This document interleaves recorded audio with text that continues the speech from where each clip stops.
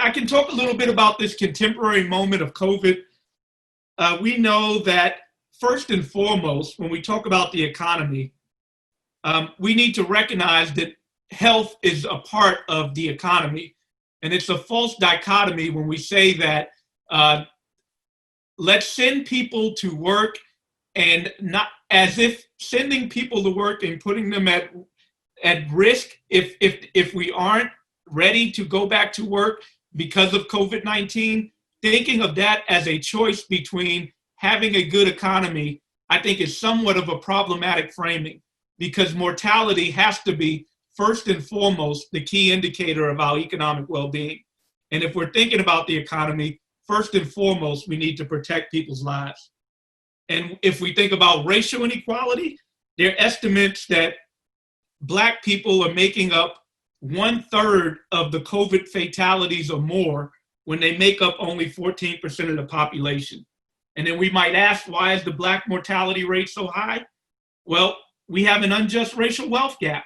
We have a history of financial deprivation that has rendered some people in America, based on their group identity, more vulnerable to deal with an economic downtrend when they won't have the flexibility to work at home. They have lower wages and benefits overall, and it renders them more economically insecure. I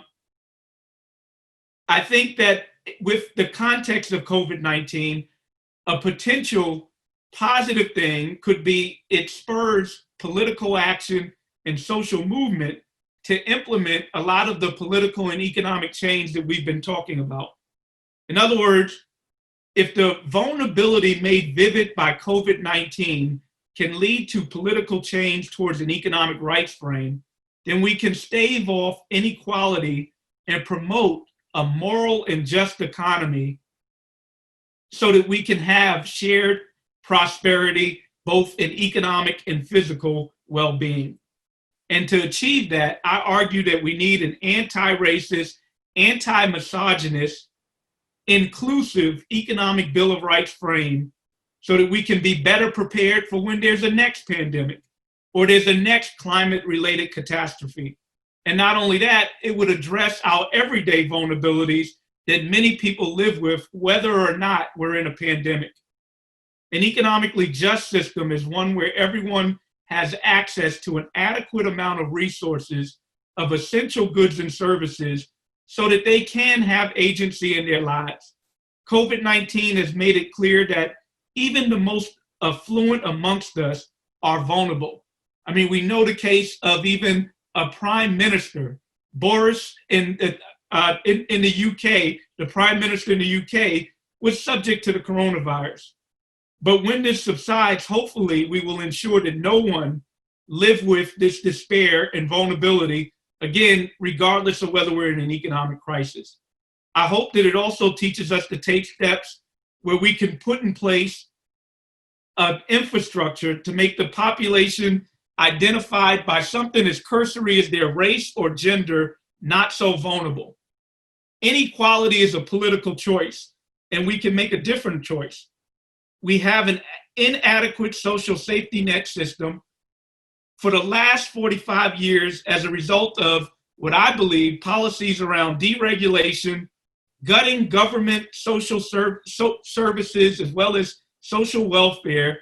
We ended up, not just in the United States, but across the globe, environments of reinforcing inequality and obstacles to social mobility and political inclusion. In fact, we would have to reach back to the greatest generation, a generation born nearly 100 years ago, who entered their young adulthood right after the Great Depression, to find a generation with lower home ownership rates than young adult millennials have today. And what's even more disheartening is that the racial gap in home ownership amongst millennials is as large as it's ever been for any generations since we've been tracking home ownership. In 2013, I delivered a TED Talk and I began by stating, quote, that there is a narrative, an idea that with resilience, grit, and personal responsibility, people can pull themselves up and achieve success. This is what we call the American dream. This political discourse, it's upheld in a bipartisan way. Democrats, Republicans, across racial groups, blacks and whites alike, they all adhere to this discourse. Basically, it goes if black, brown, and poor people, if they would simply reverse their self-sabotaging attitudes, behaviors, and adopt the right attitudes, norms, and behaviors, that would be the pathway towards equality. But what's missing in that narrative is all the cases of these individuals, black, poor, or whatever, who also exemplify perseverance, grit, and hard work, but aren't able to attain successful economic outcomes. What has been glaringly missing from this narrative is the role of power, the role of capital, the role of endowment, and how having those resources in the first place can influence the structures and transactions by which people engage. Power and capital are self-reinforcing without any intervention, and they will do what they do best, which is iterate and concentrate. We use words like choice, freedom, to describe what we believe is the benefits of unfettered government not intervening in our system. But all that is an illusion if people lack the basic needs of a job, of adequate income, of shelter, of food, and of healthcare. It is literally wealth that gives us choice, that gives us freedom, and gives us optionality. If you are an essential worker with a pre-existing condition, if you have wealth, you can make a decision where you say, I'm not going to put myself at risk. If you are displaced from your job and you have wealth, you have the ability to withstand or with that economic calamity. Public policy should empower all people to live dignified lives and shield vulnerable populations from predatory actors with self-interested goals aimed at extracting and exploiting them. There are a set of enabling goods and services that are so critical for our life, our liberty, and our self-determination that quantity, their quality, and access to these should not be based solely on one's ability to pay.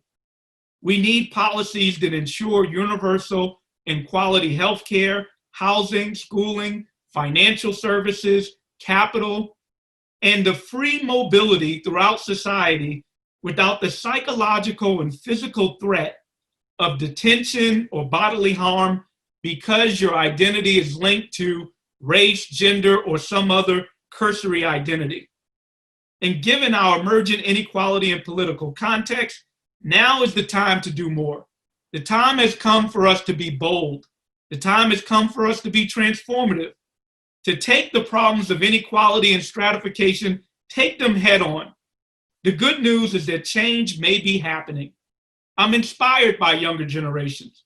They're leading this charge for change. There's Black Lives Matters. There's the Me Too movement.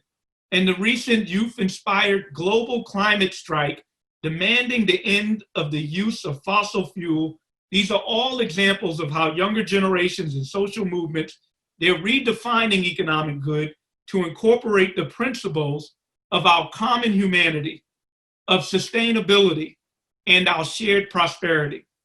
I'm going to end by returning to the narrative and ethos of the American dream.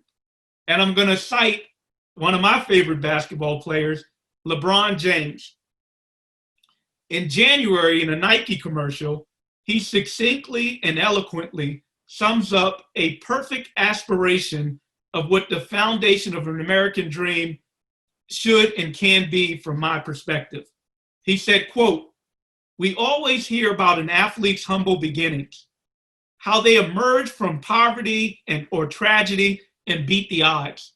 And then the video goes in and shows a lot of rags to riches stories of people overcoming poverty with, a great talent that allowed them fame and fortune. And those are good stories, and I don't mean to denigrate them in any way. But LeBron James goes on and says, quote, "They're supposed to be stories of determination that capture the dream. There's supposed to be stories that let you know that people are special. Then there's a pause, and he says, but you know what would be really special? If there were no more humble beginnings. Thank you.